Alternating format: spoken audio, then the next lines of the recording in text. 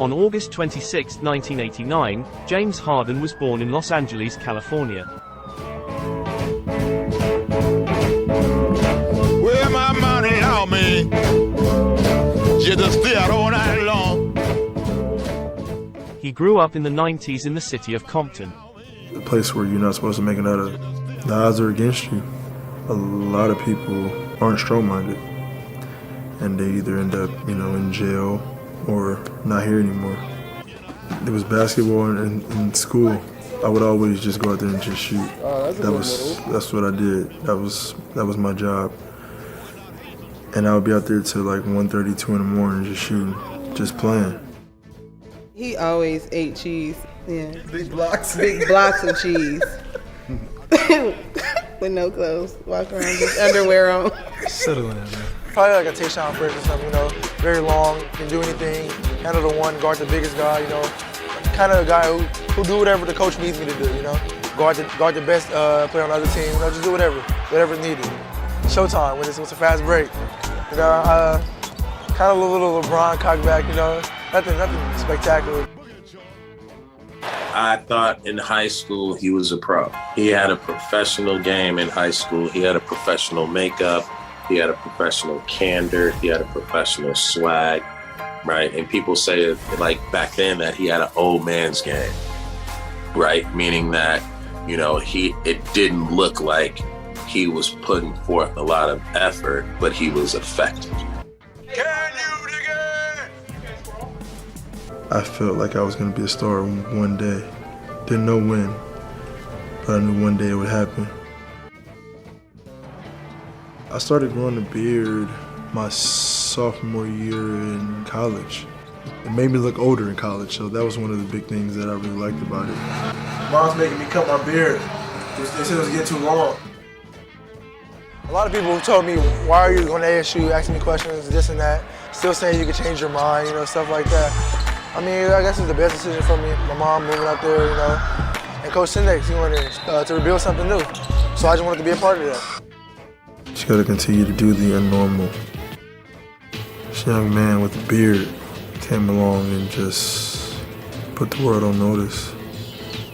There was a lot of struggle, but through all that, my backbone, my mom, I knew something positive was gonna happen. It happened.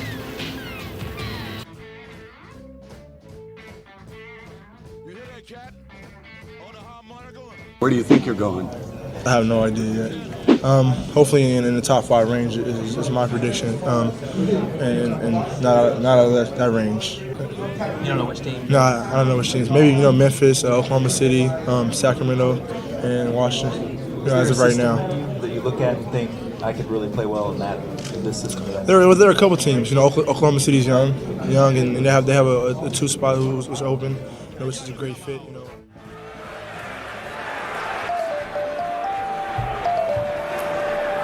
With the 3rd pick in the 2009 NBA draft, the Oklahoma City Thunder select James Harden of Arizona State University.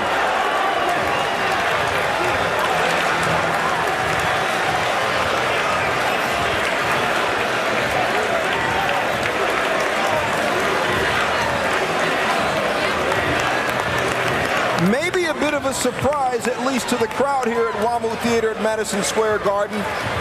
But the Thunder, they liked James Harden all along. They considered him the most polished player in the draft. The sophomore guard from Arizona State, he was a first-team AP All-American, and this guy who's battled asthma since he was a child. What they can do is they play together, and then it gives Sam Presti the ability to evaluate what they need to do in future years. You can trade some of those guys to plug in some holes. So I don't think it's wrong when you're building to try to play all young players, as long as they have high basketball IQ and high basketball character. Well, James, by the reaction in the house here tonight, the indication is that you may have gone under the radar a little bit. In light of that, what do you think you need to prove? I don't think I need to prove anything. I just need to go in there and work hard, and try my best, to earn a spot on that team. I have different paces to my game. I'm not the fastest guy. I'm not the most explosive guy, but I get from point A to point B. And just going there and helping, those guys out, like Kevin Durant and Russell, is going to be a great honor. Well, speaking of your family, before we got started here tonight, spoke to Mom about the facial hair. They took a vote at the table. They're going to let you keep it. Are you going to keep it? Maybe for a few more weeks, but I might want to shave it just to try something different, start anew, maybe look younger. But I'll take that into consideration. James, is there a player right now in the league that people can say, yeah, I can see James Harden being this type of player? Maybe two players, Ginobili and Paul Pierce put together. Can find his way to the basket, can shoot the pull-up now, can shoot the deep three balls.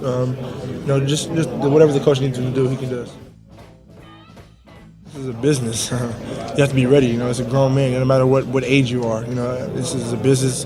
Everyone is competing for their lives. So you have to be ready to come in and set a stone for your name.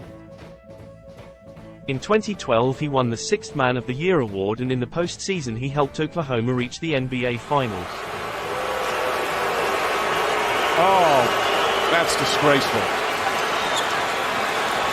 That's not only ejection, that's going to be a suspension, and should be.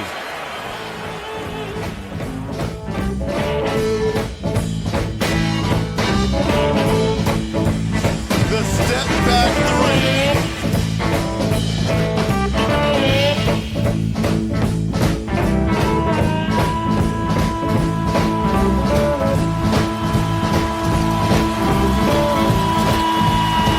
Struggles with his dribble, pulls back, knocks it down at the buzzer. The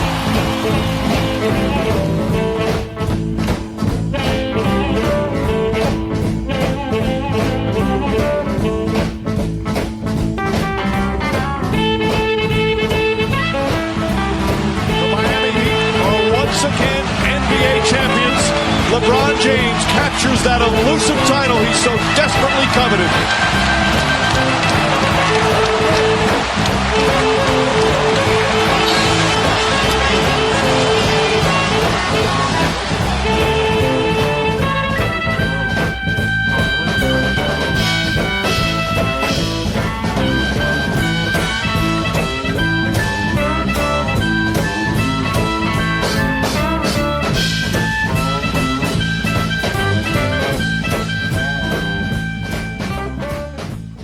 During James Harden's first 3 seasons in the league, the Houston Rockets have been undergoing a competitive rebuild following the retirement of franchise center Yao Ming. I heard Mama and Papa talking. I heard Papa tell Mama, let that boy boogie woogie. The Houston Rockets spent a good chunk of the latter part of the season and into the summer building up assets, trying to make a deal for somebody, probably Dwight Howard. Instead, 3 first-round draft picks, maybe the youngest team in the league going in. What are the expectations for Houston? Interesting. This is a team that can be exciting. They'll be a little bit exciting, but I think, again, a team that's kind of young. Well, I think the style of play might change. I think before they were more of a hard hat team. This year, I think they'll be more up and down. The offense will be open.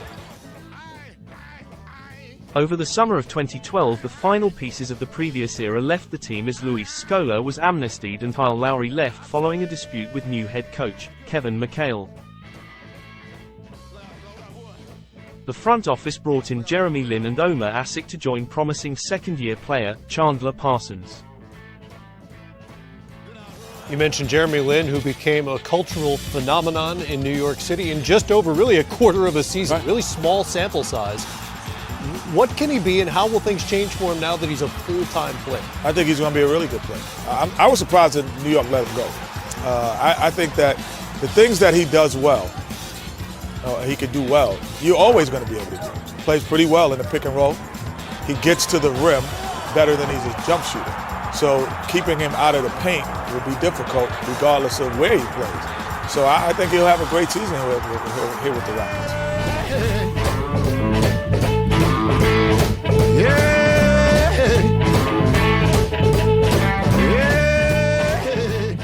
2 days before the start of the regular season, just as the Rockets were set to launch the Lin era in Houston, Daryl Morey made the biggest trade of his career. We've been obviously working hard to get back to being a championship contender, and we feel like James Harden is a player we can build around. He's an elite offensive player, a complete player, can pass, shoot, attack the basket.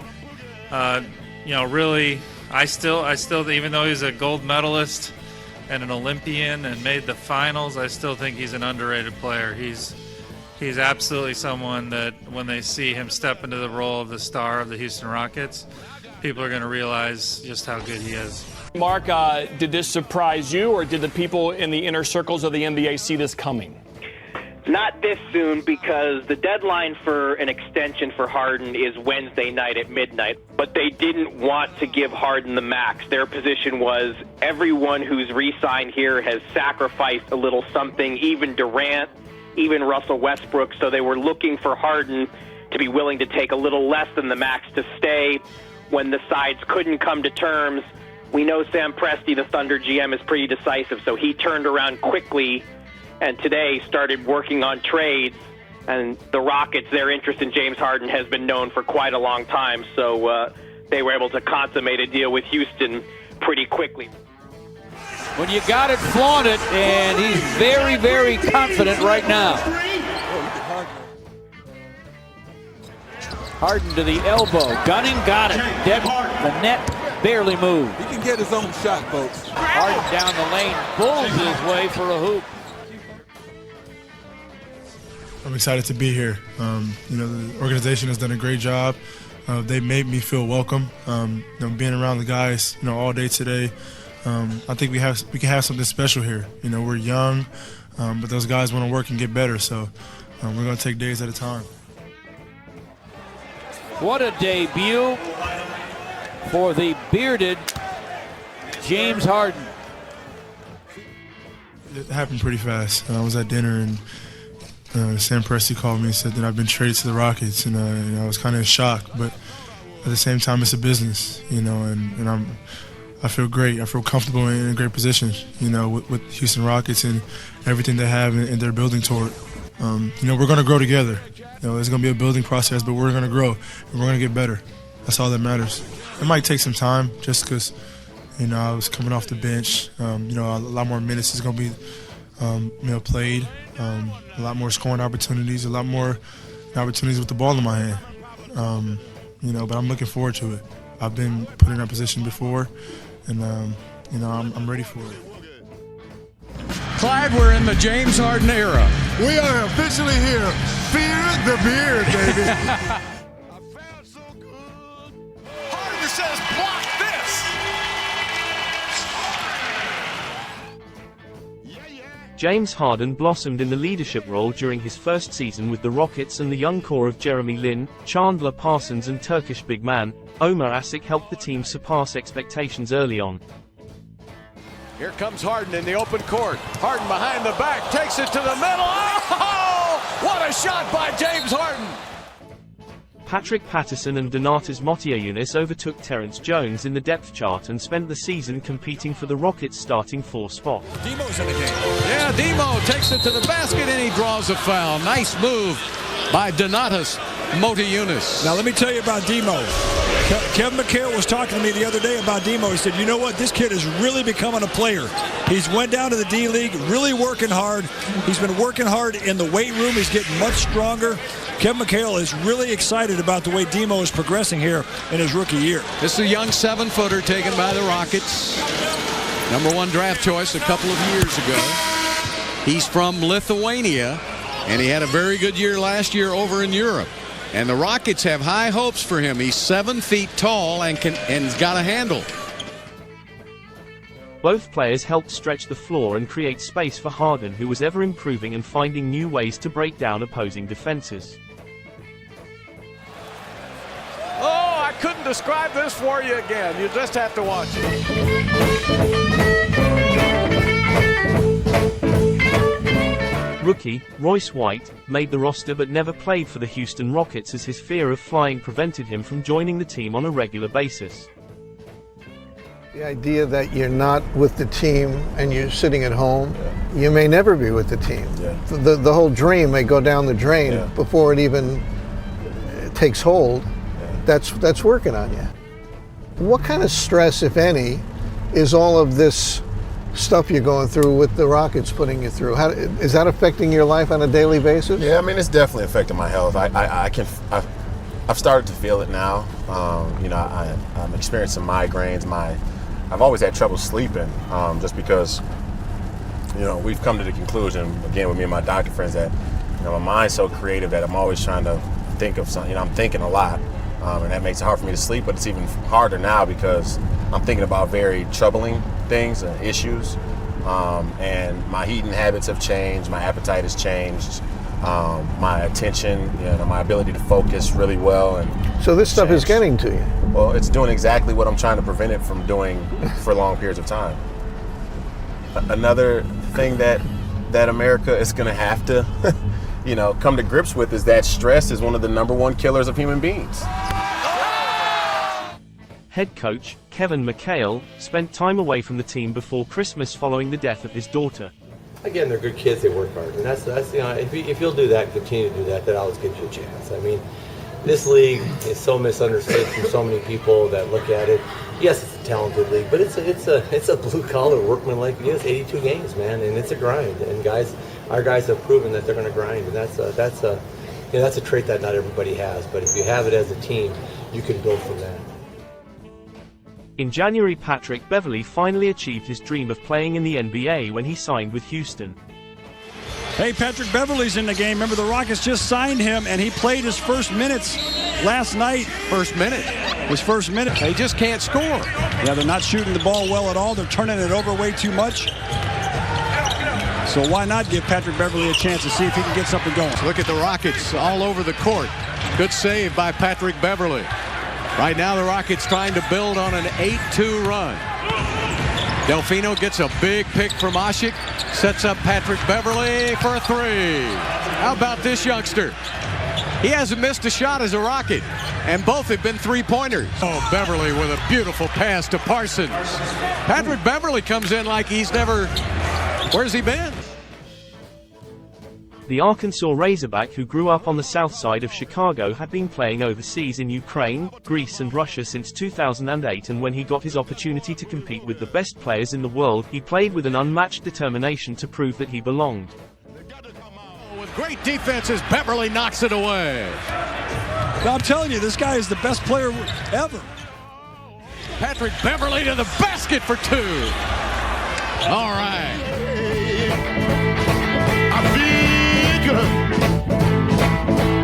I feel good. It's in Harden's hands. Got Ibaka on him.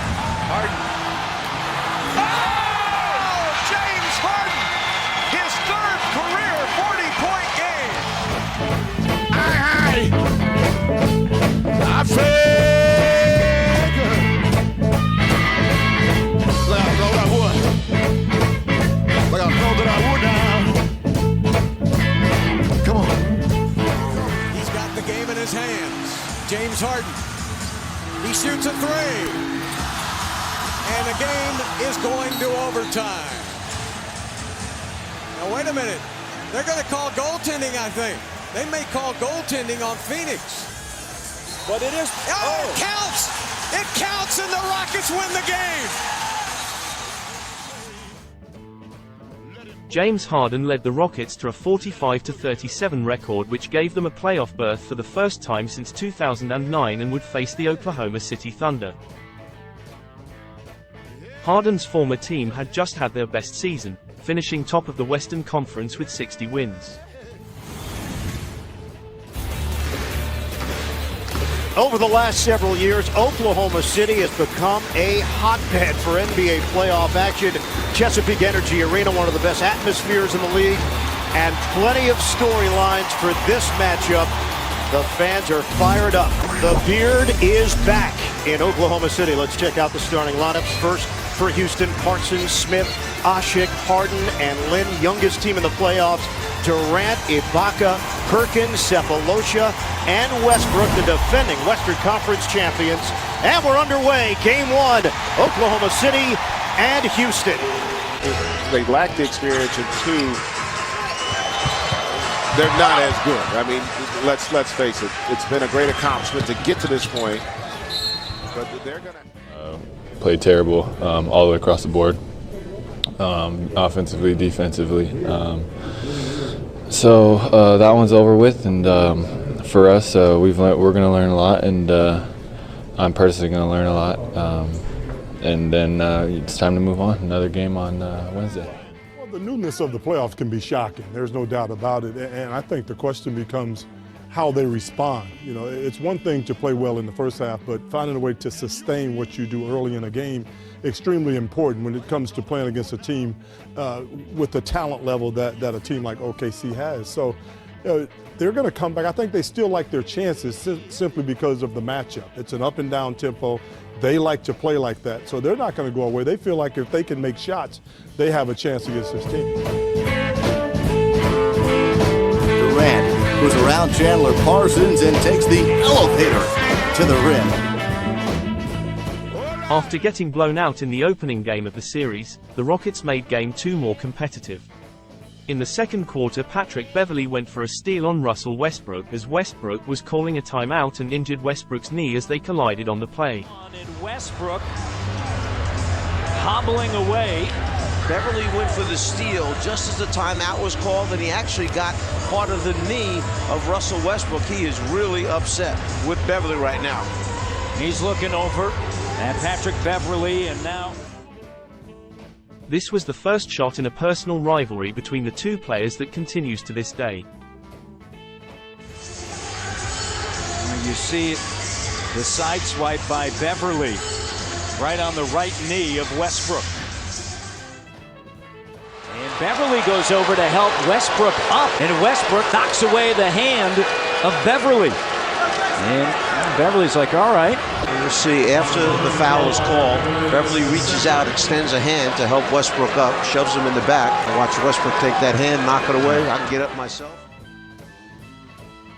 It wouldn't end there with Beverley and Westbrook. Westbrook drives, but gets called for a charge. Westbrook's third foul, and has to take a seat on the bench for the remainder of the first half. Jeremy Lin out of halftime, rubbing his chest, contusion on his right front chest, did not return. James Harden picking up the slack. That capped a 7-0 Houston run. 63-61 Rockets. Westbrook back in the game, the hoop, and an opportunity for one more, capping a 13-0 Thunder run. Harden had 12 points in the fourth quarter. This part of a 21-2 Houston run, and it tied the game at 91. Harden had 36 points. The Rockets fell behind in the second half but stormed back from a double-digit deficit in the fourth quarter and took the lead late in the game. But here comes the home team. The reason why they're the top seed in the West. Serge Ibaka getting angry. That got OKC within 2. Now Westbrook. Durant from downtown. He buries it. KD finished with 29. They couldn't stay ahead and found themselves down 2-0 as they flew back to Houston for Game 3.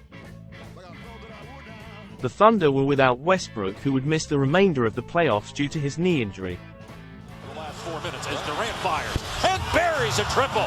How much more pressure would be on his shoulders with Westbrook done for the playoffs? Well, this is pretty much exactly what the doctor ordered. What a start for OKC. Durant with a pull-up 3, and Kevin Durant almost matching the Rockets. He's got 17 here in the first quarter, and the lead is 20. It's just tough to come back from a 26-point deficit against a team of their caliber, but I thought we fought really hard. And here's Durant picked up by Garcia. Durant will take the 3. Off the rim and in. It's good, and the Thunder lead it by 1. Out of the timeout, we didn't want to give up any threes. The 3 wasn't going to hurt us. He just made a lucky shot. It was a good defense. The ball bounced 3 times around the rim and just went in. It kind of took some of the energy out of us. But it was a big time shot. It's very frustrating. We feel we should be up 2-1 right now, and we're down 0-3. So it's frustrating. It's 1-game series from now on, so we're not going to hang our heads, and we're frustrated. We're heartbroken right now, but we got to use this feeling right now and get better tomorrow and be ready Monday night because the series is not over yet. The Thunder again beat the Rockets to take a commanding 3-0 lead in the series, a deficit that no NBA team has ever recovered from.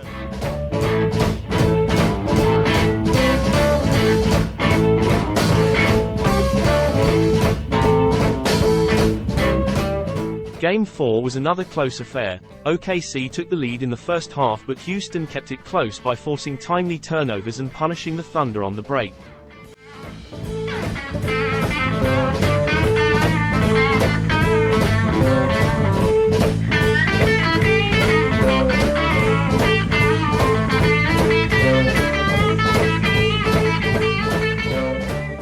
It was a one-possession game with less than a minute to play. The Rockets just had to maintain their lead to keep the season alive and avoid the sweep. James Harden, a chance to give Houston a working margin, but he misses the shot, and it's still just a 2-point possession game, 12.1 seconds left. Kevin Durant, a chance to win it and win the series, but he loses his dribble, gives it to Reggie Jackson, who doesn't receive the pass cleanly. He drives to the basket, which is the right thing to do, misses Serge Ibaka with a chance to tie, but he doesn't get the rebound layup to go down. An easy chippy for Serge Ibaka. He makes it 99 out of 100 times. This was that one time, though.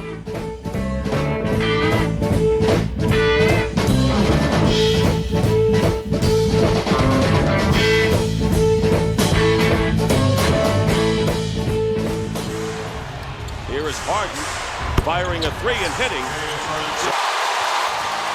by Ibaka, and Harden comes back with a three. And here is Harden with his third three of this first quarter. We still have a little more than 4 minutes remaining. And a pretty baseline move by James Harden, who has 11 points. That's how good of a defensive player this guy Ibaka is. He can switch. Not that he's guaranteed to stop Harden, but what confidence to have in your center to check Harden. 4 on the clock, pulling back is Harden. He hits his fourth three, and a 7-point Houston lead with under 10 seconds remaining, and the crowd getting into it now.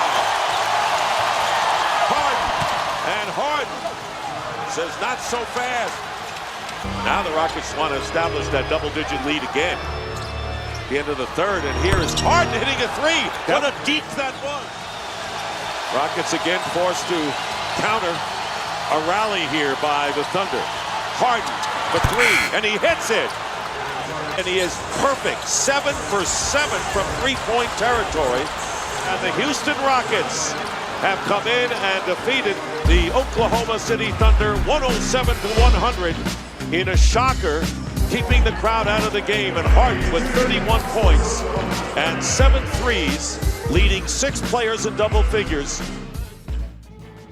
You know, on the road is always tough, but you know, we looking forward to it. It's going to be a fun game, and everybody's coming out. Just go out there, have fun, and play the game, and execute our game plan. So, you know, we looking forward to it.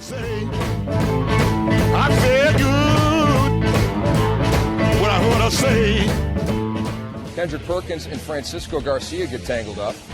Perk letting him know what's up with some. Oh, look at the Perk with the push on.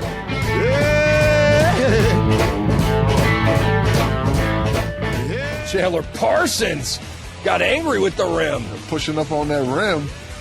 Chandler Parsons played well this series. He played well all year. I want a boogie. I feel good. I hide. I hide. I hide.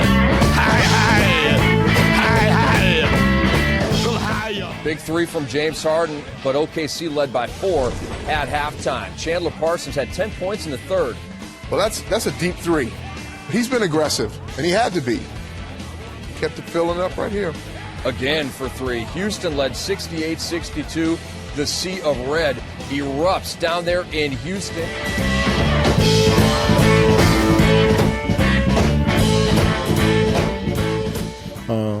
We just made some big plays, and you know, I think everybody chipped in on the defensive end, and in the huddles everybody was positive. You know, we were getting everybody going and locked in and focused, and it was great to see. You could see us growing up as the game was going along. So, you know, I'm proud of the guys. We took the lead. You know, we went up by 10, and I just think we let it slip away. They made a couple tough shots. We turned the basketball over. And in that fourth quarter, maybe about 7 minutes to go, we were just stagnant. And from there on out, we couldn't get any movement and couldn't get any good shots. And they came down and made a couple more shots. So that was basically the factor of the game.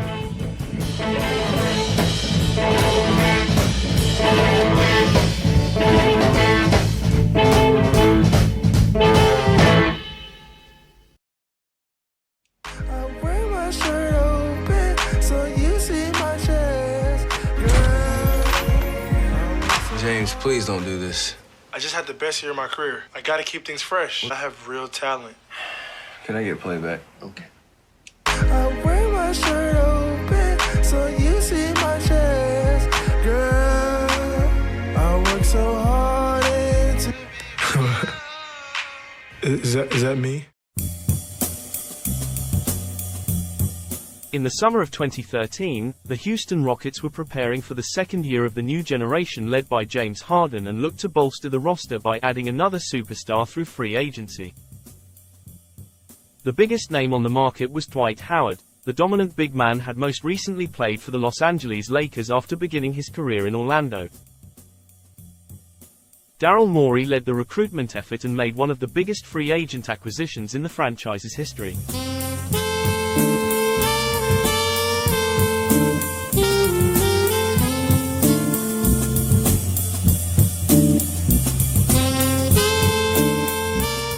The Rockets launched their 4-year flight with Dwight.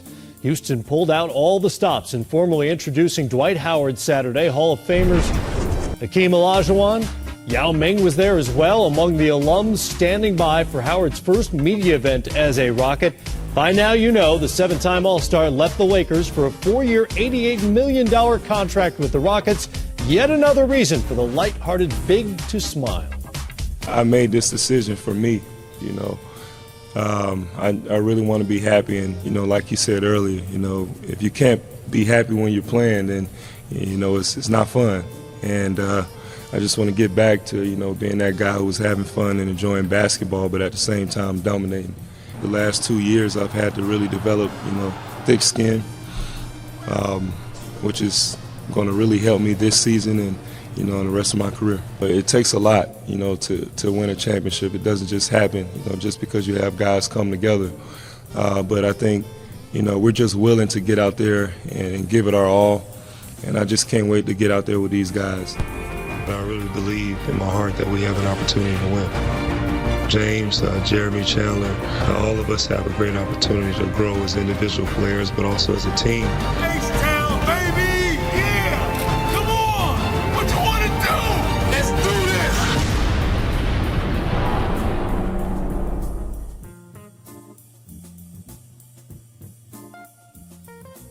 The Rockets opened the season at home against the Bobcats. What up, H-Town? We want to welcome you to the first game of a new age, new team. And we want to thank you guys for the support you've been giving us so far. We want to have a great season. We're going to give you everything we got when we step on the floor. Let's have a great night. All right?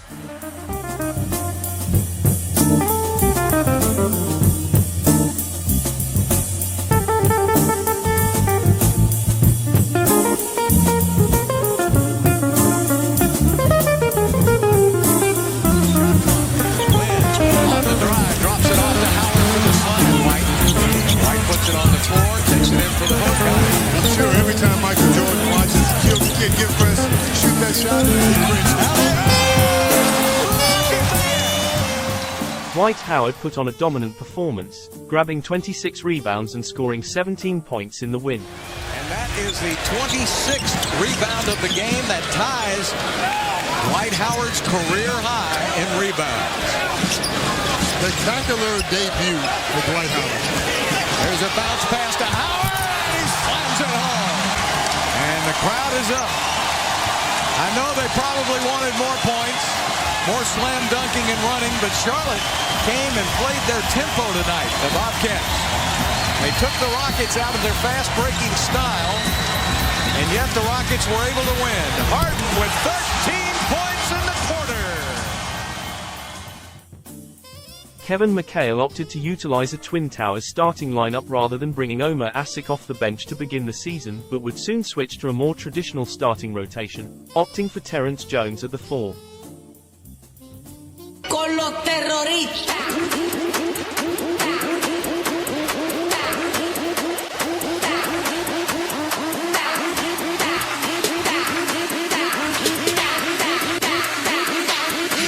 Harlem Shake.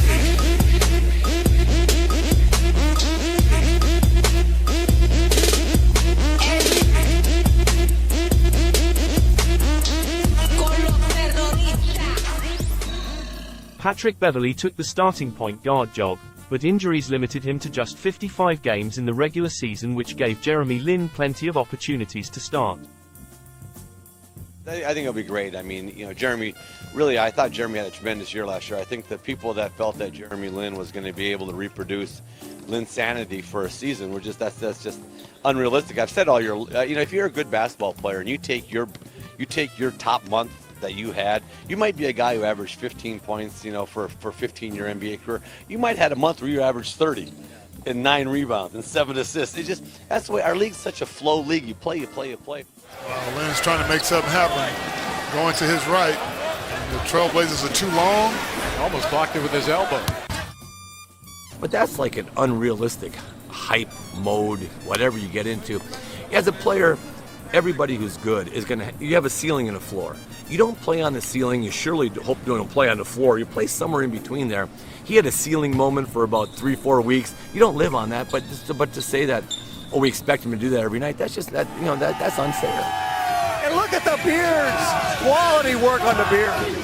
It's just beer sanity inside Toyota Center right now, Bart. It's beer sanity! It is beer sanity.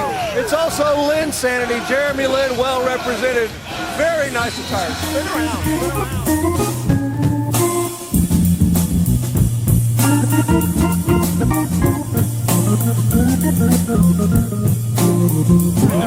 Dwight Howard.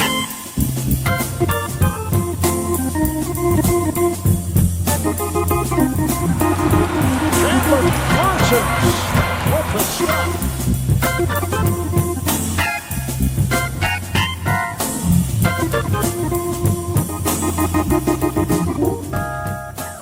The team were looking good and they stretched their record to an impressive 21-11 after 3 consecutive wins over the Christmas season. 1, 2, 3. Rudolph the red-nosed reindeer had a very shiny nose, and if you ever saw him, you would even say it glows.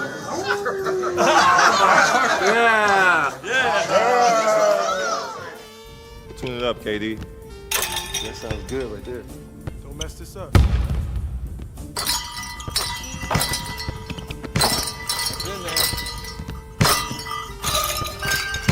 Let's go.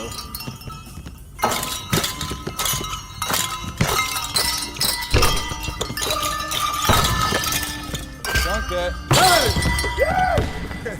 Please tell me the camera was on. Special. Despite their hot start, they were still widely viewed as a second-tier team rather than serious championship contenders. So where's your old team fit in that whole Western Conference equation? Second tier. They're the second tier. They're not consistent enough. They play really. You want to go to my levels quote again? Yeah. To beat the Spurs, you have to play at an 8. To beat the Rockets, you can sometimes play at a 6. And you can win because they're going to play at a 5. The Spurs never play at that 8, other than an 8. So you have to play well. You don't always have to play well to play against the Rockets and win. That's the difference. Until they get to the point where you have to play well to beat them, then they're a lead team. Steal by Beverly out of the timeout. Harden the trailer. Harden the jam. James Harden exploding for 11 third-quarter points, 23 in all. That's his first basket of the game. And Scott Brooks wants to call a timeout, and Beverly again and Westbrook. They've got a history of this. Beverly tried to steal the ball. Westbrook took exception to it again. And a scuffle breaks out. Now they're trying to break it up. Pat Beverly arches it up and in. Westbrook went for the steal and got burned.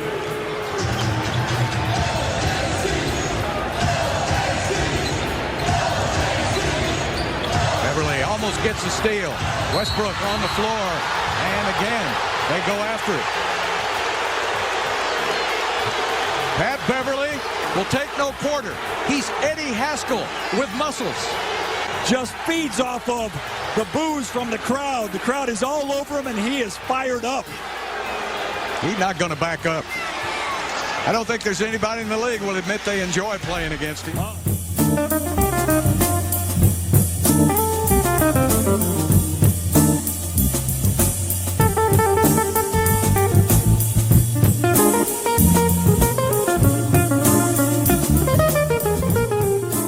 The Rockets continued to win at an impressive pace through the remainder of the season and finished with 54 wins, which was good for the 4th seed. They would have home court advantage against their opponents, the Portland Trail Blazers, who also finished the season with 54 wins.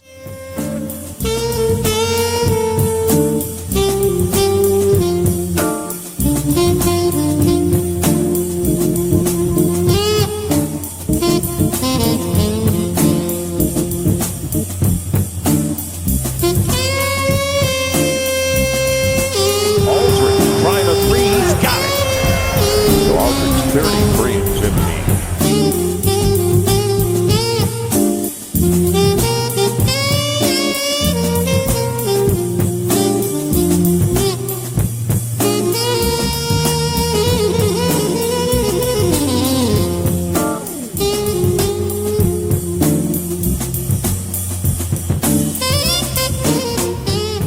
Can they get it in? Yes, they do.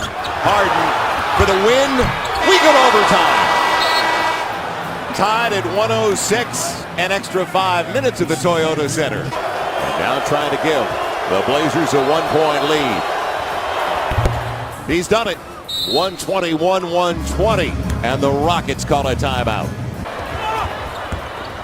Harden in trouble. Will he get it off in time? Step back. No. Portland gets the victory in game 1 on the road in Houston.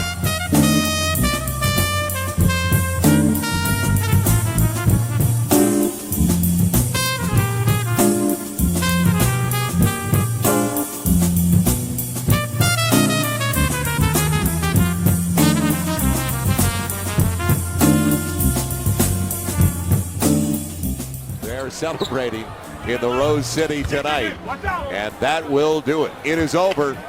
Mission accomplished for the Portland Trailblazers, 2 in a row on the road. After squandering their home court advantage over the first 2 games in Houston, the Rockets flew into Portland looking to turn the series around.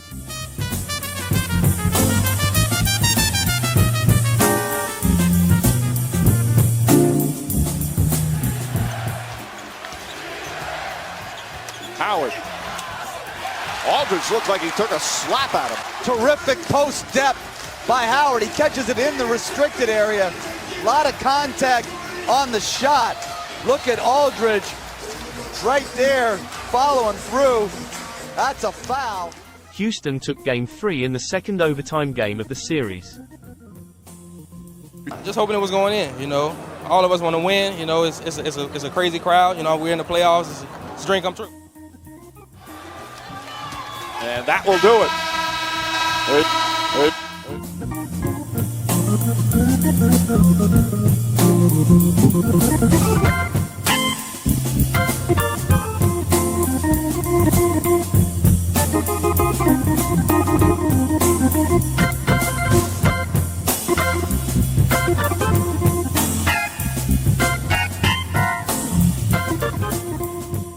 Game 4 was also undecided after 48 minutes, but this time the Blazers prevailed in overtime and the series moved back to Houston with the Rockets facing elimination.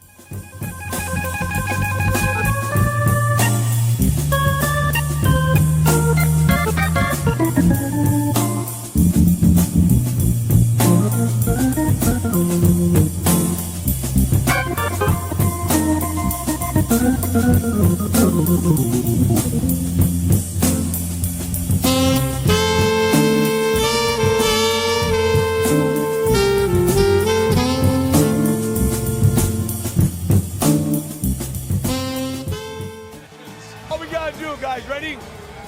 A hold, a hoop, and a hold. Over. Game 5 was the only game of the series that finished with either team ahead by double digits as Houston won 108-98.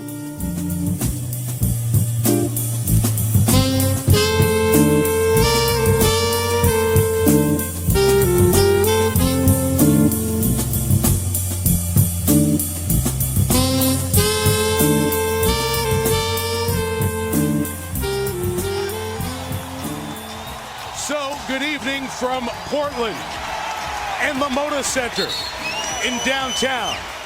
And the place is rocking as the Portland Trailblazers try to do something they have not done since 2000. And that is advance and win a playoff series.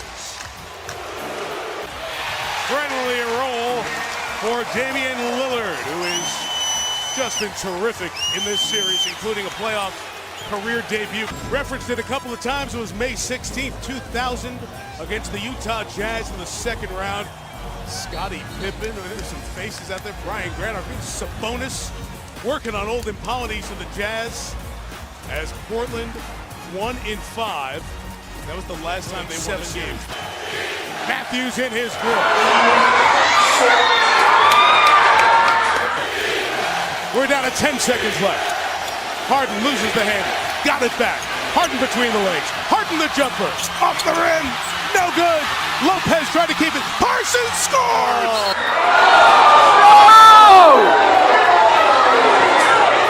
With 9/10 left, somehow he found it, and the Rockets lead. Unbelievable! Miraculous, that's what that was. That was an incredible play. You could not have played Harden defensively any better than this. All right, it's Aldridge, it's Matthews, it's Williams, it's Lillard. Aldridge, Batum to trigger.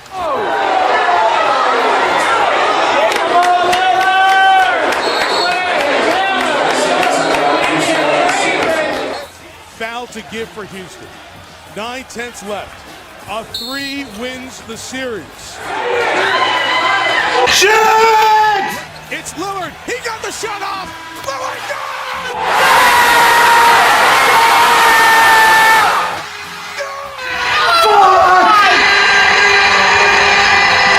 And the Blazers win the series for the first time in 14 years. What the fuck?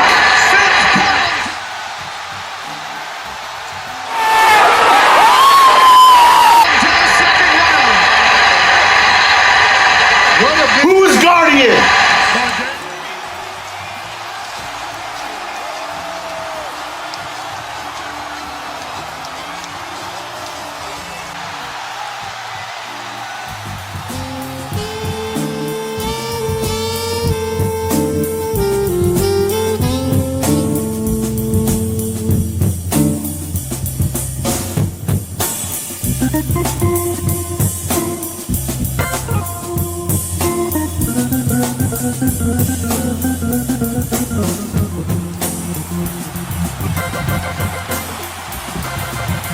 It's over, and the Portland Trailblazers, in shocking fashion, when they didn't hit one outside shot in the fourth quarter, get the kid with the big guts to win the series.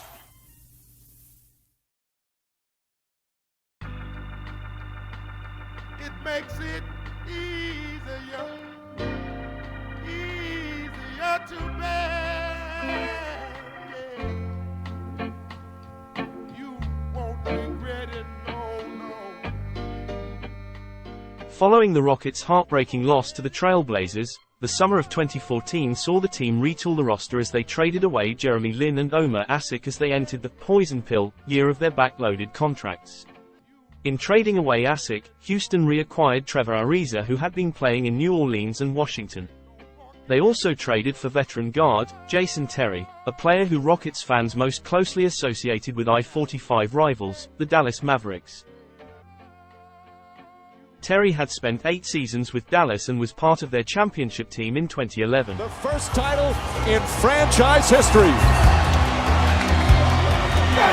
The San Antonio Spurs entered the 14-15 season as defending champions. Everyone calls the Spurs a dynasty, but dynasty itself means successive. You have to win successive championships to be a dynasty. The San Antonio Spurs are NBA champions once again. Their 4th title in 9 years. Dynasty has a meaning because it's about ruling and successive rulers as kings. You become a dynasty. You can use other words, but you can't use dynasty because of the word itself. Despite winning the Larry O'Brien Trophy multiple times since 1999, the Spurs have never been able to win back-to-back championships. The Houston Rocket front office was unable to land their big target that summer as Chris Bosh resigned with the Miami Heat after their cap space opened up following LeBron's decision to return to Cleveland.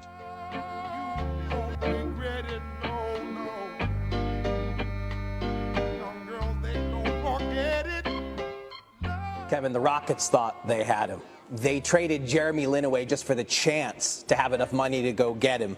But Daryl Morey, the Rockets GM, told me recently the Rockets thought they were 95+% on the way to assembling what might be the best team in the league. Because don't forget, if they get Bosh, they're going to keep Chandler Parsons. They're not going to let him go to Dallas. Now you have a big 4. So Miami in the end steps up, throws that 5-year max offer well past the $100 million needle. Bosh decides to stay, and now Houston has to regroup.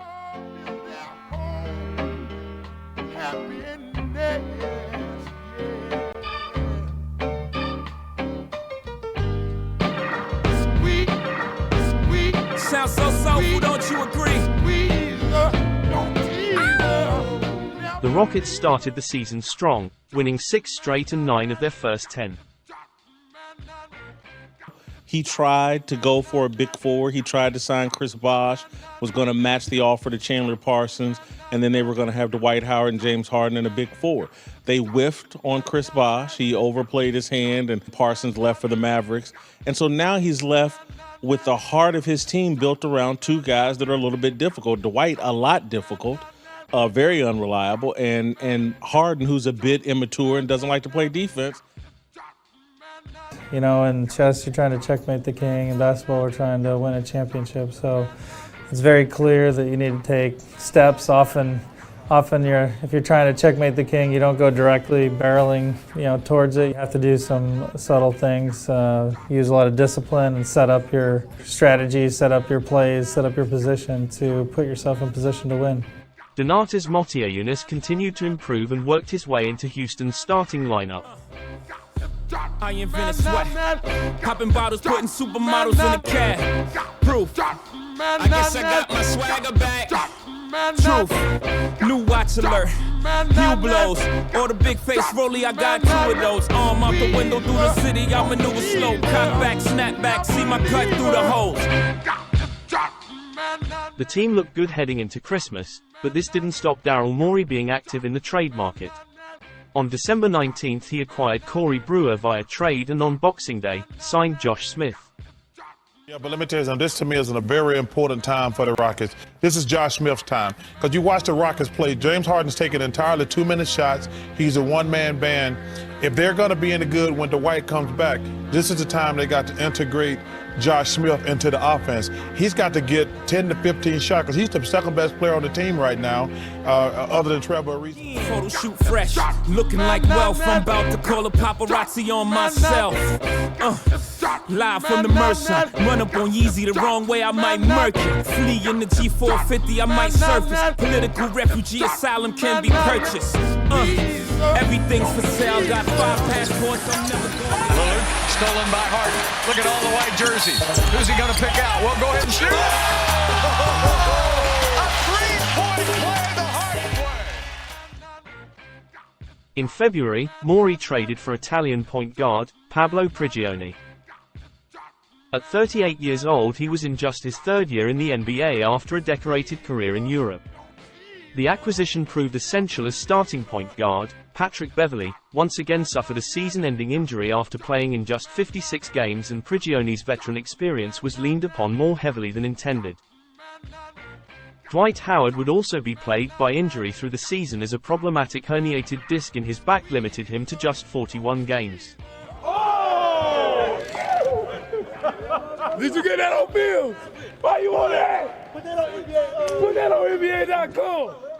Offenses across the league were placing more value on spacing the floor and shooting a higher volume of three-pointers.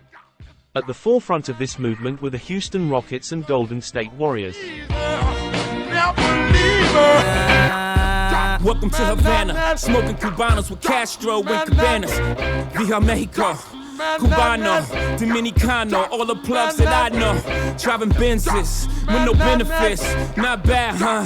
For some immigrants, build your fences, we digging tunnels. Can't you see we getting money up under you? 2 years earlier, during Harden's first season in Houston, the team tied the NBA single-game record for three-pointers made by a team against Golden State. 7 seconds on the shot clock. Oh! Donatas Modiulis ties the NBA record. Draymond Green's foul on Beverly signaled the Warriors' refusal to allow Houston to set the record against them that night. In 2015, the Rockets set a new record for three-pointers made by a team in a single season, finishing with 933. Daryl Morey, a pioneer in the use of analytics, had been advocating for the team to strive to shoot as many high-percentage shots as possible, which he identified as threes, free throws, dunks and layups. What did you think were the big inefficiencies when you took over that quickly got closed? I mean, shooting three-pointers was, I mean, that one's still coming, but like that was such an easy inefficiency, and now everyone's catching up. That was a simple one. Jimmy shake for Harden afterwards. MVP move. This one making Ricky Rubio fall to the ground. I'd say like obviously the inefficiency of paint, shots outside of the paint, not threes. People had figured out that the mid-range jump shot was a very bad shot. What we found out is it's an even worse shot than people thought before, because mid-range shots are the worst kind of shot to try and get back. I mean, it's very hard to get that back as an offensive team. So, I have a feeling Daryl wasn't very kind of you describing Houston as a bad defensive team. In fact, you said worst in the league defensive team. The team that's going to make the playoffs. They're awful defensively. But they're if you look at the metrics on the thing, they're like number 5 in the league defensively. Just because you got good stats doesn't mean you're a good team defensively. They're not a good defensive team. They gave up 118 points. No good team gives up 118 points. I'm not worried about Daryl Morey. He's one of those idiots who believe in analytics. He went out and got James Harden and got Dwight Howard. They're going to tell me that's analytics. Then he went out and got Trevor Ariza. But then he went out and got Josh Smith. So, first of all, I've always believed analytics was crap. And I never mentioned the Rockets as a legitimate contender because they're not. And listen, I wouldn't know Daryl Morey if he walked in this room right now. So tell us how you feel about Daryl Morey's comments. Come on, man. And that was very vitriol of you to say. The Rockets sucked for a long time.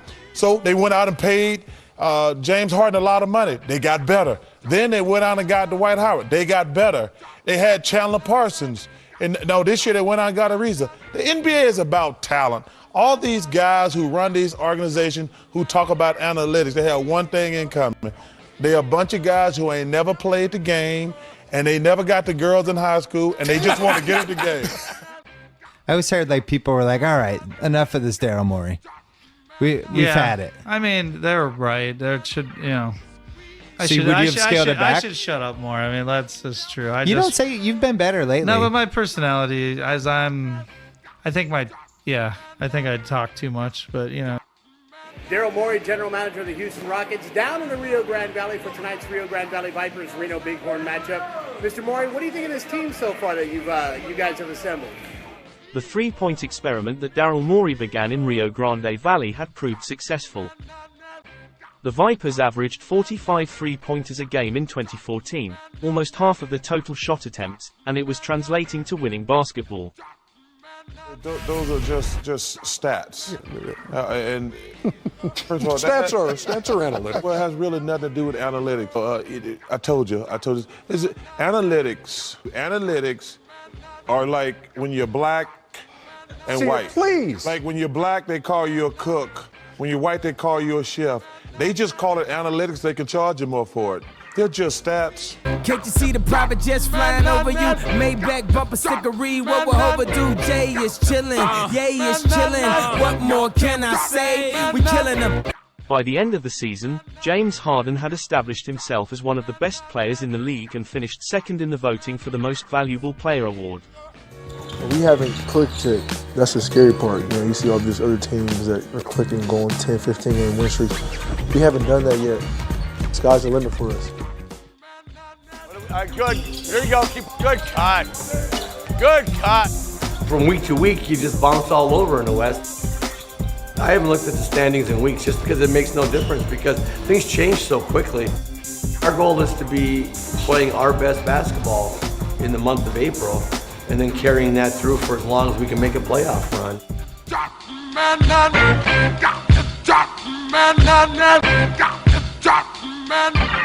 The Rockets opened the postseason against in-state rivals, the Dallas Mavericks. Chandler Parsons had left Houston for Dallas in free agency over the summer after signing a 3-year, $46 million contract, but was not available for most of the series after picking up an injury in the opening game.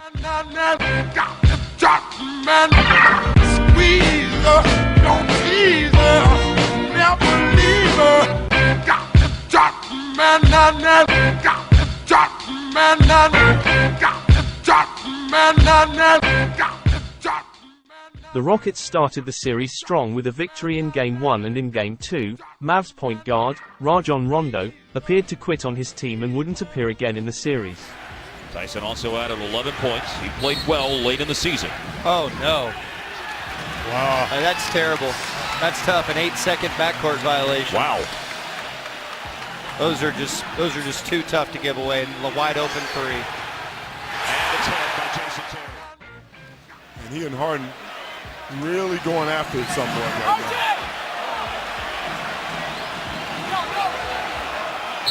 10 seconds into the third quarter is his third foul of the game. And Harden and Rondo got a little bit tied up afterwards. We all know that the fact that Rondo's only played 10 minutes of the game is clearly going to dominate a lot of the post-game talk.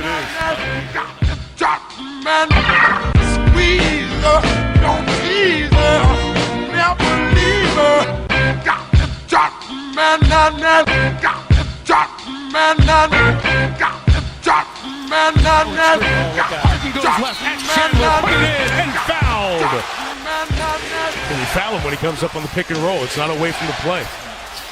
There's the Howard screen. Harden's got it. Clock at 7. Chandler switches on him. Here is James Harden. In and out again. And a timeout, Dallas. 42 for James Harden. Now you're talking about a big-time shot. Houston made quick work of the dysfunctional Mavericks, moving on to the second round after 5 games. Up ahead to Harden. Harden on the drive. And the long rebound to the Greyhound. Here he comes. Over to Josh. Josh will fire up a quick three and banks it in. Oh, baby. Hold up, before we end this campaign, as you can see, we'd embodied the damn lames. Lord, please let them accept the things they can't change, and pray that all of their pain be champagne. Harden will fire a three. That's off the mark, and a hammer job. Rockets trying to score. Prigioni takes it in, lays it up and in, all the way. Pablo to the basket. Rick Carlisle calls a timeout. And Dirk Nowitzki all over Barea. 7 seconds.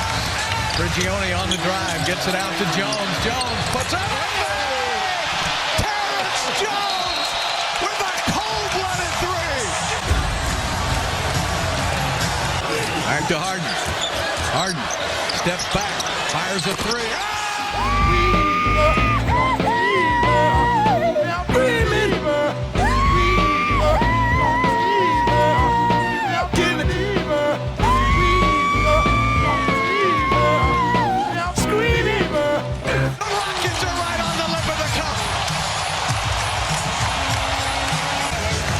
Job by Harden. 24 points, 1 and 2, 42 points in game 3.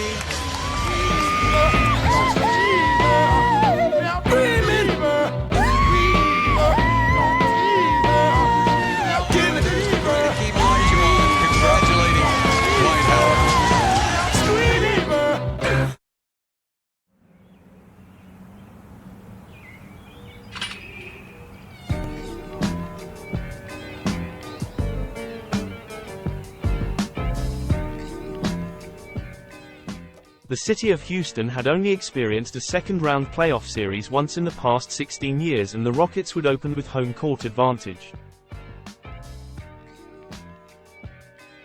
Their opponents were the Los Angeles Clippers, a team synonymous with failure and disappointment who had lived in the shadow of the Lakers since the franchise moved north from San Diego in 1984. Line 6, LA Clippers, one moment please. LA Clippers, one moment please. Just waking up in the morning, gotta thank God. I don't know, but today seems kinda odd. No barking from the dog, no smoke. And mama cooked the breakfast with no hog. I got my grub on, but didn't dig out. Finally got a call from a girl I wanna dig out. Hooked it up for later as I hit the dough, thinking, will I live another 24? People are tired of the Lakers. You know, it's been the same thing for 5 years now. My home is San Diego. It's very nice to be here. It's a good situation, good opportunity for me, and I like this team a lot, and we should go a long way, I think. They got an overall good team. They're going to give the Lakers a lot of competition, I think. In their first 20 years, they only made the playoffs 3 times, each time getting eliminated in the first round. In the 2010s, they paired the exciting Blake Griffin with the most fundamentally sound point guard in the game, Chris Paul, who was due to miss the opening 2 games of the series due to injury. I gotta go, cause I got me a drop top, and if I hit the switch, I can make the ass drop. Had to stop at a red light, looking in my mirror, not a jacker in sight, and everything is alright. I got a beat from Kim, and she could do it all night. Called up the homies and I'm asking y'all, which part are y'all playing basketball? The Los Angeles Clippers have become known as Lob City for their exciting fast break, pick and roll style that led to some of the most impressive alley-oops the league had ever seen. Get me on the court and I'm troubled. Last week messed around and got a triple-double. Freaking brothers every way like MJ. I can't believe today was a good day.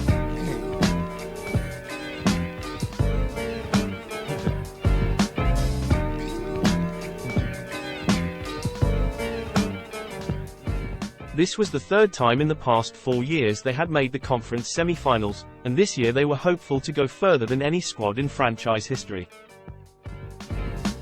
Drove to the pad and hit the showers. Didn't even get no static from the cowards, cause just yesterday them boos tried to blast me. Saw the police and they rolled right past me. No flexing, didn't even look in a brother's direction as I ran the intersection.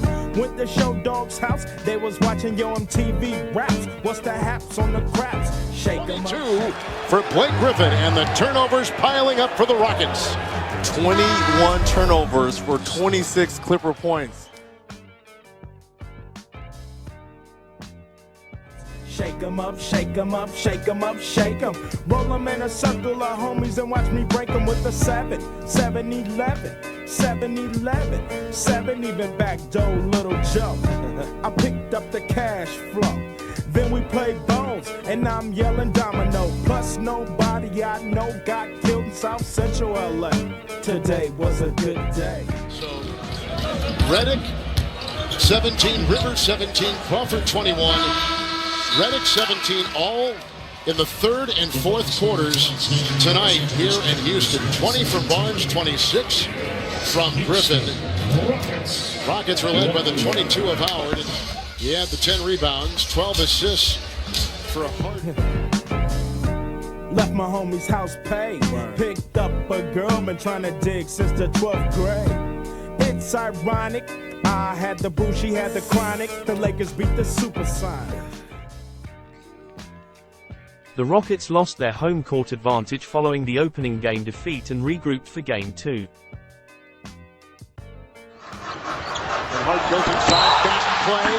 This will probably be their best offense tonight. On this rebound, oh my goodness. Crawford, Redick, Griffin's played every minute. They go high, and he comes down hard. Here's Crawford, Jordan with the high screen, and into Jordan on a pick and roll. Back to Harden, who they've been trapping a lot once they initiate the offense. Redick is on him here, and they find Howard. The big man Howard. Here's Smith and Howard again. So we know they are mentally strong enough. It's Terrence Jones. Harden 3. The second game of the series saw Houston come away with the victory after getting to the line for 64 free throw attempts. Everything was an isolation play. The ball was moving in that first half and the beginning of the third.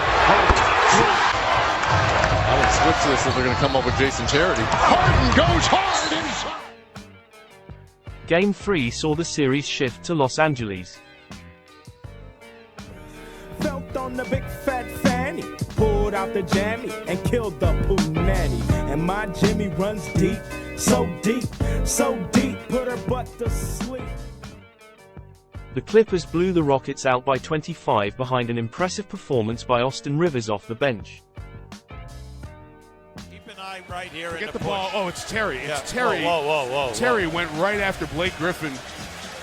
Well, from behind there. Now, again, you don't know if something happened on the trip before. Very good. 30. It's still just one block. Terry's ejected.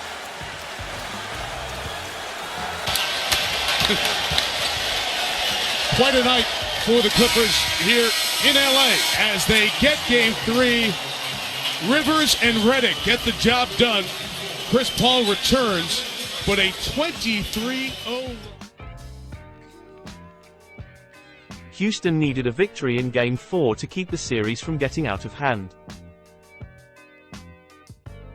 James Harden and the Rockets, the necessity is a win. We'll see if they've invented a way to get one and tie their series with the Clippers. Chris Paul and company have been lighting Houston up 117 points a game, and tonight they take aim at a 3-1 series lead.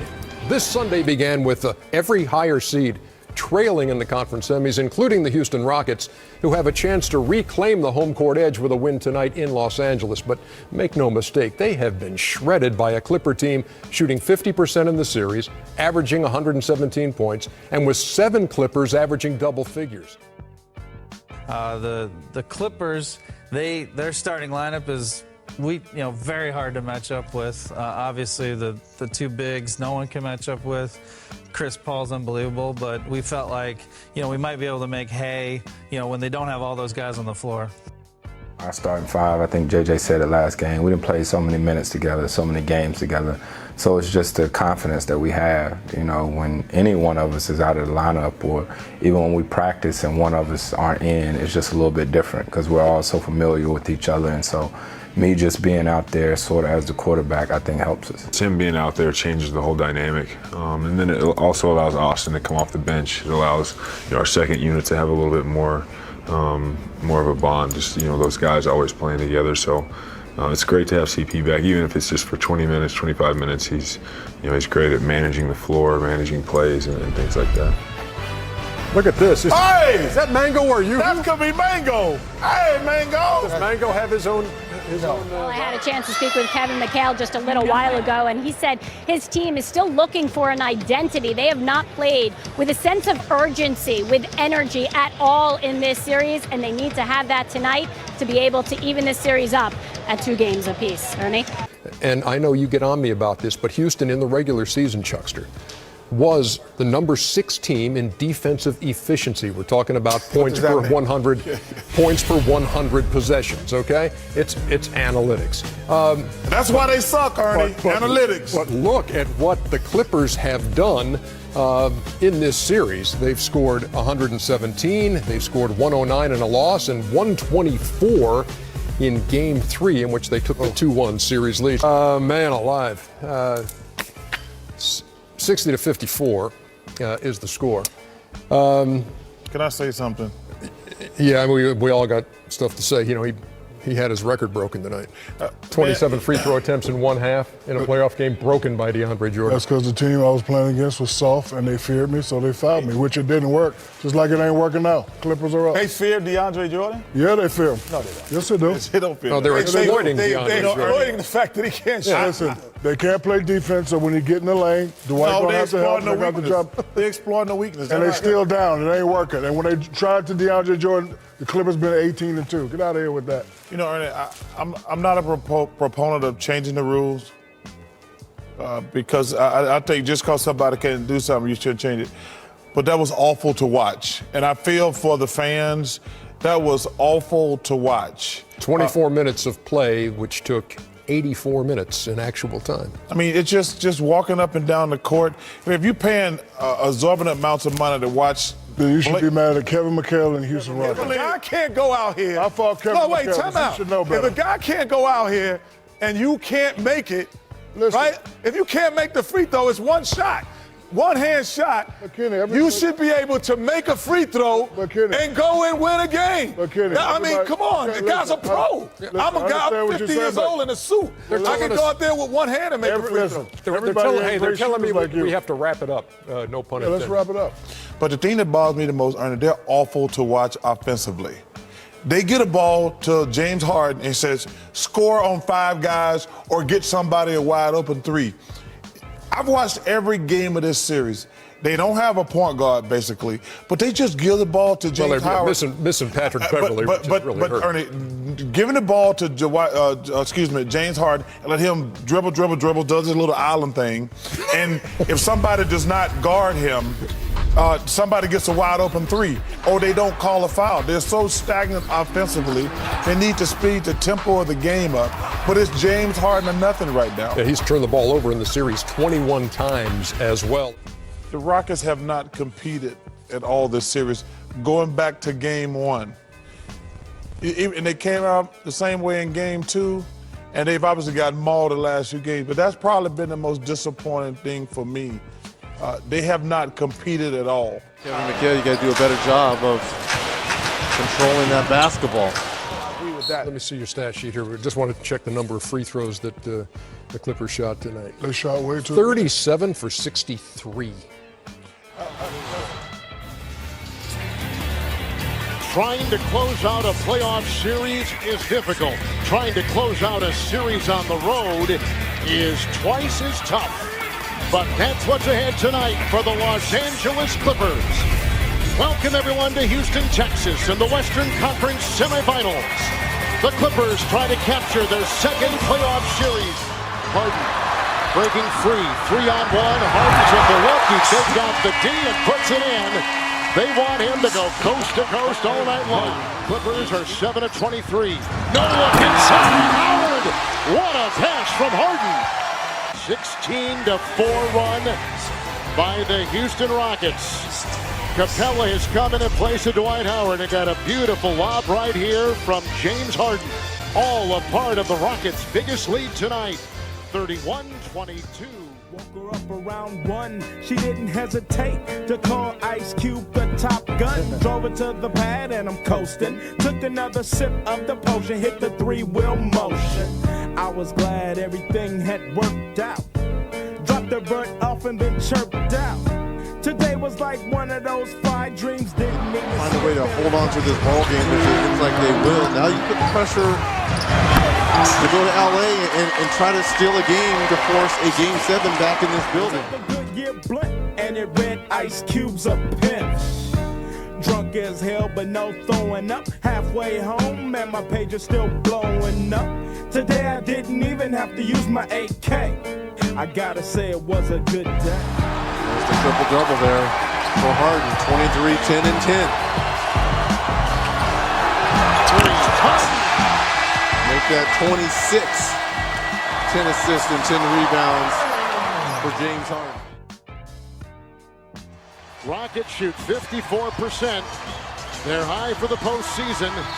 They got a Howard double-double with 20 and 15, a triple-double from Harden, 26, 10 assists, 11 rebounds. And we've got 4 game 6s coming up. Rockets led by 15 at the half. Big lead of 22. Clippers never got closer than 12 in the second half. So it is on to LA.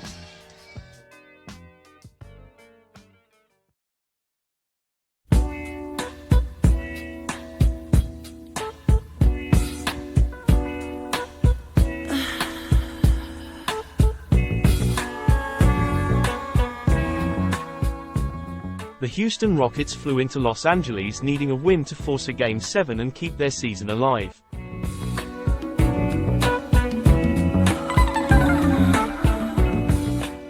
Kevin McHale, we talked to him a half hour ago. The coach of the Rockets was just very blunt. All we got to do is win a road game. And they were a good road team. But if that's the case, John, their best player has to be at his best. James Harden was terrific. IVs and all the other day to come up with a triple-double.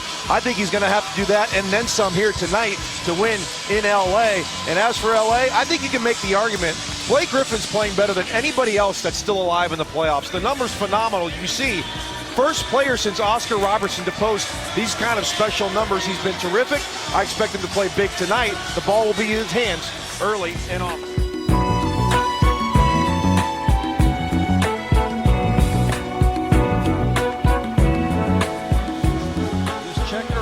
Mike, will Houston play with force, not settle? As we all know, they love three-point shots. They love it at the rim. Got to get at the rim. Cannot live on the perimeter this evening. Game 6 underway. Will this be the night the Clippers, for the first time in the history of the franchise, going back to Buffalo and San Diego, get to the conference final?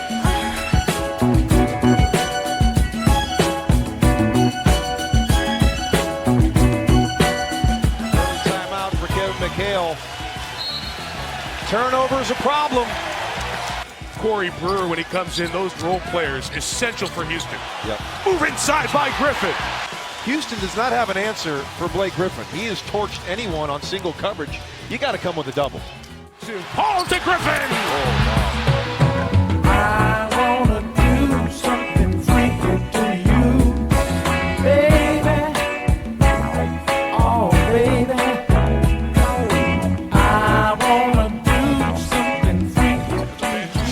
Name. Ariza hits the three. Now, Ariza's been big. Struggled against Dallas, really playing well here against the Clippers in this series. I'd love to slide down into your canyon. Slide in the valley of love. In the valley of love. His ball couldn't do more. And takes it away. He might just have to score it himself. There he goes. Count it. Gonna run. Oh. Yes, and one. Baby. Oh, baby. I wanna do something freaky to you right now, baby. All 12 positions of the zodiac sign. Jason Terry flipped it back. This is Harden for the tie. New game at 41. And James Harden's cooking with 3 in a row. It'll have to be Griffin late for 3. Oh, wow. Harden knocks that one down. Now do you start thinking about, it's up 5, the intentional fouls. And there you go with Capella. That's exactly what I was thinking as he took Howard out of the game. He uses Capella for the intentional fouls. So here's what McHale told us before the game about these away from the play fouls. I just think they've got to come up with something where you can't intentionally foul in the first 14 seconds of the shot clock. So you have a chance to run up and come. You can't intentionally foul in the backcourt. You know, DeAndre 3 of 3, by the way, yes. To this point. 4 of 4 now for DeAndre. I thought Houston had a great rhythm, scoring a ton of points here this quarter. Where they have 33 points in the quarter. Then you start to hack the intentional fouling. I don't want to stop. You're doing it to me. But my style of love. The fouling strategy seemed to backfire, turn the game in favor of the Clippers. I asked McHale about that. He said, yeah, it didn't work out so well.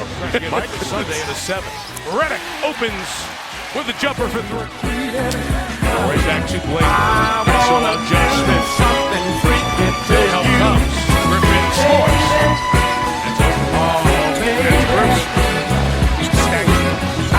Harden takes the ball. Got the basket too. Rockets back the other way with Harden. Barnes just grabs him and takes it, and Harden says, do not do that to me. Pushes Griffin. Harden now 5 of 18 in the game. Was battling the flu a couple of days ago. Paul. Got it. And the Rockets are in trouble. They have to tighten up here, or this one's going to be done. Yeah, danger time right here, Mike. They got to get some quality shots on this end. Oh, come on! Oh, man! This is a 14-2 Clipper run. This is an avalanche.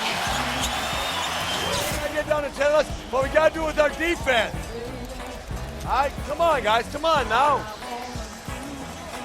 We can't, listen, guys. Listen. Hey, no home run play. Solid play. Get the ball moving. Rocket fans saw their team come back in the second. Had to be staying up in Houston, feeling like there was a chance to get to a Game 7, but it has gone so wrong here in the third. Prigioni, good job as Griffin was setting up shop. Brewer and Prigioni on the 2-on-1. Griffin blocked it. Wow. So here you go, intentional foul away from the play on Dwight Howard, given by Glenn Davis. Dwight has made all 3 free throws here. And now knocks in another one, so he's 4 for 4, so that it, away from the play, intentional foul doesn't work for the moment for the Clippers. Yes, it is. A dozen, 9:50 to go. In this elimination game, Rockets trying to stay alive. Ariza the 3. Back to single digits, first time in a while. Griffin has 28, leads all scorers tonight. Sizing up Howard. Late shot clock, Redick. Can he get one? Yes, he can! What a shooter. Instead of being 6, Houston misses the 3. Redick makes the margins 12. The save by Jordan took out 2 people on the baseline there. The shot gets knocked down from the outside by Brewer. Well, that's why they say don't save the basketball under your own basket. Yep. And that time, great hustle play. But he taps it and winds up going right to Brewer, knocks down the 3. Overplay by Smith. It's a turnover. Here is Smith. Ariza is trailing. Smith thought about launching. He'll hold on. 9-point game. Now Smith will take the 3 and hit. And it's down to 6 with 7 minutes remaining. You're looking 10. Terry. Smith for back-to-back. Triple. Jay Smooth. Heard from under pressure. A 5-point game. You got to give this Rocket team a ton of credit. I mean, they look like they were absolutely done early in the third. Got blitzed by this Clipper team, and yet here they are. They have a chance to get into a 1-possession game if Howard can make a couple free throws. All with Harden sitting out here.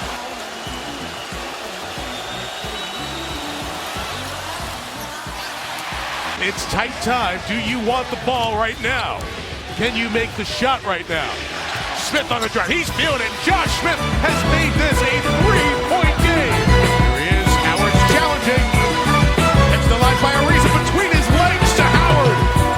ISO Griffin against Howard. Terry digging down to double. A lot of Rockets there. Griffin can't get it on the rim.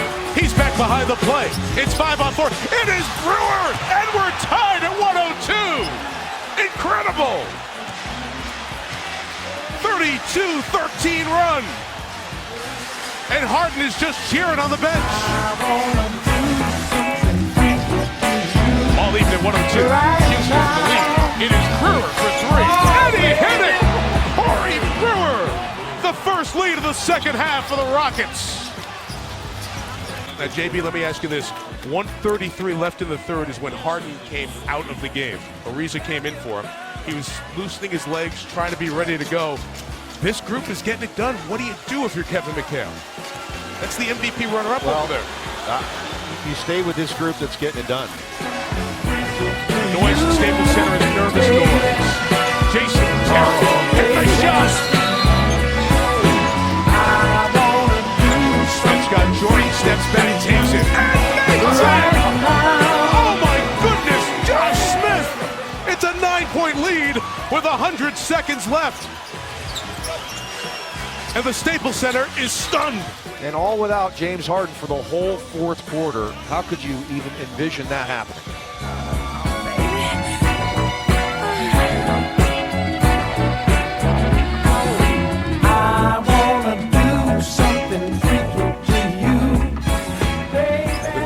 missed their last 14 field goal attempts. Jason Terry ends it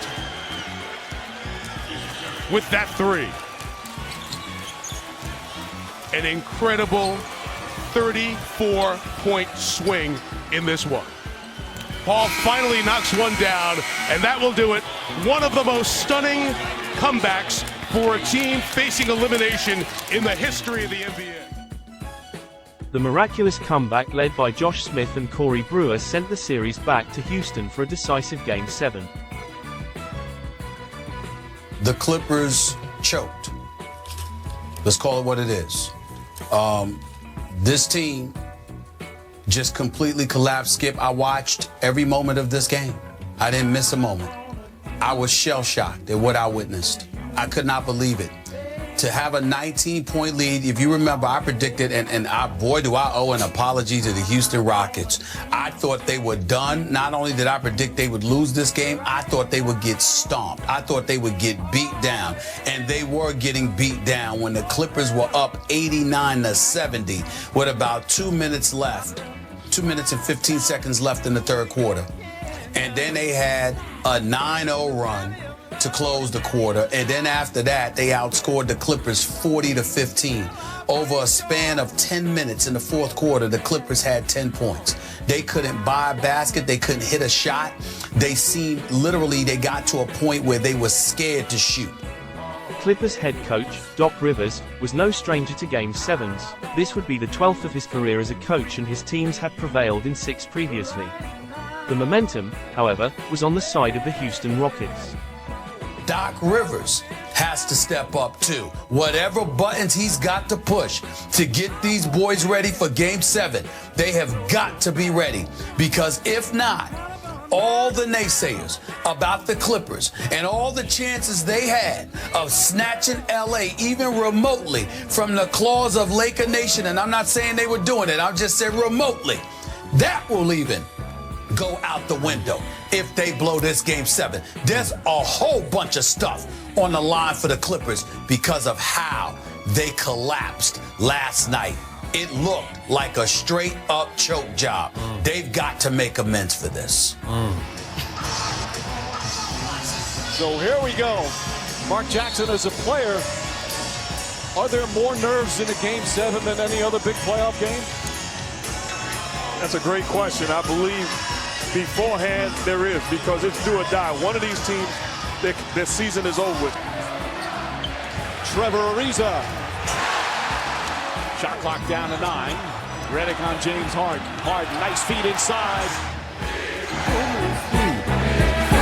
I'll put it where you want it.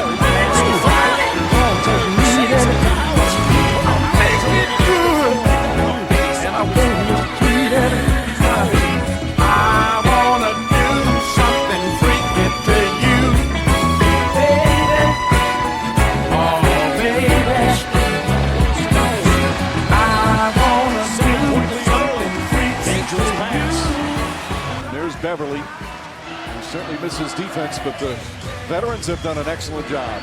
And Mike, it's been an underplayed storyline. The Rockets are down 2 starters, Monte Eunice and Beverly. Jones up and in. Big move from Kevin McHale. Oh, Prigioni with the steal. Finds Harden. Harden to the basket. Jordan now picks up Harden. The step back. Hits the free. 8-0 run, and it's a 9-point lead. Well, 227 NBA teams have trailed 3-1 in a playoff series. Only 8 have succeeded in coming back and winning. The last one, Phoenix over the Lakers. And of course, in '95, the Rockets were down 3-1 to the Phoenix Suns, but came back and won a Game 7 on the road in Phoenix. And the man that hit the big shot in the 1-point victory in Game 7 was Mario Elie, who was sitting courtside. That was a tough, hard-nosed player. Capella hits the free throw. He was not expected again to play a lot. Played most of the year in the D-League this year after being a first-round pick, again from Switzerland, Geneva. Went to high school in Paris. Played in the French Pro League for a couple of years. But he started his NBA career. He missed his first 15 free throws before he finally hit one. That one looked perfect.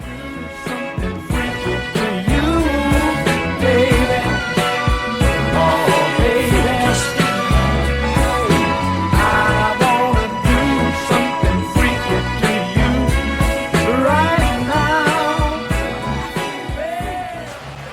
There's Josh Smith, there's Brewer, and there's Prigioni, the three in-season acquisitions. They got Smith and Brewer in December, Prigioni in February, all huge parts of the team's success. As Crawford gets a three-pointer to go. Josh Smith, that's a three. Smith against Griffin. Drives on a reverse. Brewer throws it up to Howard. Brewer and especially Smith have found a nice connection on those lobs to Howard. We talked about it earlier. If you want to win, you've got to run back. This is not good enough. It's not enough just to play the game plan. You've got to make it work through effort, intensity, and passion. Offense is good now. All right? We got to dig in. Everybody. It ain't just blatant. It's all of us. Let's go. Kevin McHale coaching in his first game 7. Harden out to Ariza. A three, Trevor Ariza. The 6th three-pointer of the game for Houston already. Terry. His first bucket. And Doc Rivers wants a timeout. It's back to 15.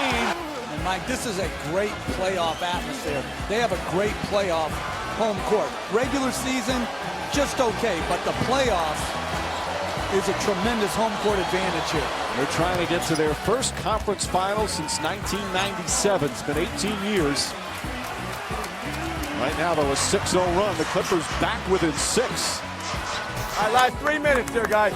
We got to win the last 3 minutes by 2 or more. All right? No turnovers in our stops. If we do that, we'll be tied at halftime. All right? Listen. Harden drives on Redick.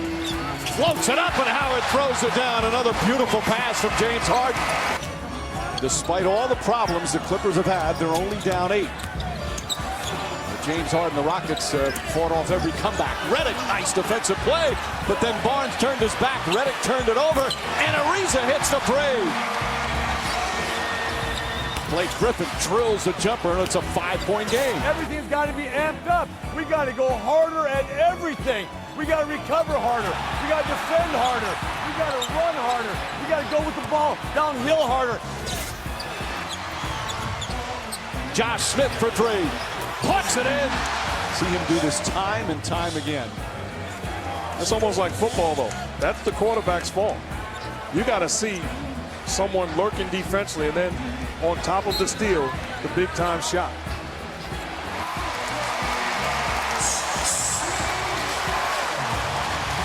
$15 for Josh Smith. Jones misses badly. Prigioni right there to pick it up. To Ariza. Bang! Give him the game ball, Mike. Prigioni, 3 hustle plays, 2 threes that have come out of it. Those are the type of plays that all coaches are looking for. Griffin spins, stolen by Prigioni. The layup. And he got fouled. Pablo Prigioni with a huge impact here in Game 7.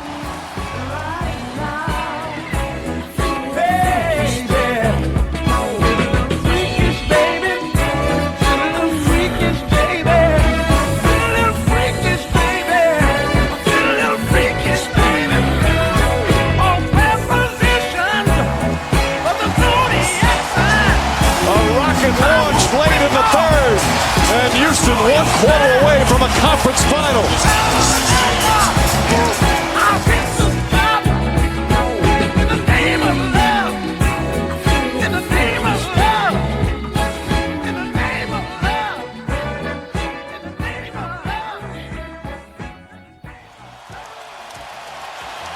The absurdity of the NBA. It's beautiful to watch. Led by a determined fourth quarter from Chris Paul, the Clippers fought hard to cut the lead to single digits but ran out of time and were unable to close out a series that they once led 3 games to 1. You got to look the trap and force the issue right now if you're the Clippers. Terry swings it. Jones out to Ariza for 3. It's good! Trevor Ariza again! His 6th three-pointer of the game. And that one should seal it for the Rockets.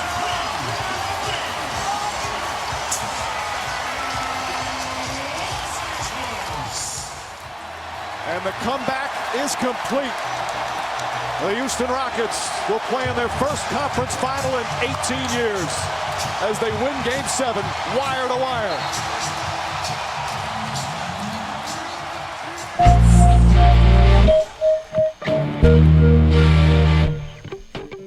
It's so close. I don't even know what that means anymore. I don't know. Ricky Bobby, like I said, if you're not first, you're last. So being close ain't good enough. Jackie just called up and said it was a former Rock 4. Let's see about that. Give us a ring ding ding. It's a beautiful day.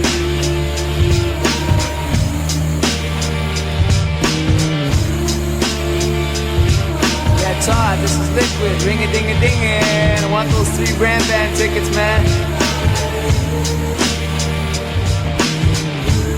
Todd. He's alive. The Clippers would keep striving for relevance, but after 2 consecutive first-round playoff exits and repeated injuries to their superstar duo, it became clear that Lob City wasn't working in Los Angeles. Here to get your ass out of bed. He said I'll explain it on the way. But we did nothing, absolutely nothing that day.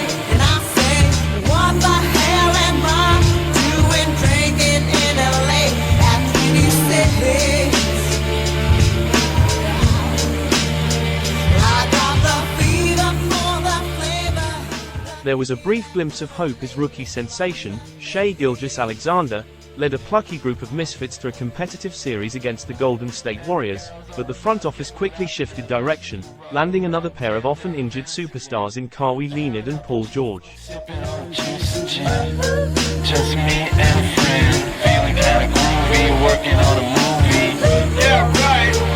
But we did nothing, absolutely but kids that day. And I'll say, what the hell am I doing drinking in LA at 26? Put my mind on my money and my money on mine. In 2020, the team fired Doc Rivers after he once again blew a 3-1 lead in the conference semis, this time to the Denver Nuggets. 2021 saw the team finally advance to the conference finals, where they lost to a weak Phoenix squad that had overachieved, thanks to the addition of Chris Paul, now a veteran moving to different teams around the league, desperately hoping to win a title before he retires. They might turn to me and say, what you think we got done, son? We found a conclusion. And I guess that's something. In 2022, the Clippers failed to make the playoff before returning to the postseason in 2023 to be eliminated once again by the Phoenix Suns, this time in the first round. On November 1, 2023, the franchise's fortunes took a dramatic turn as owner, Steve Ballmer, pulled out all the stops to acquire the most talented player the team had ever had on their roster.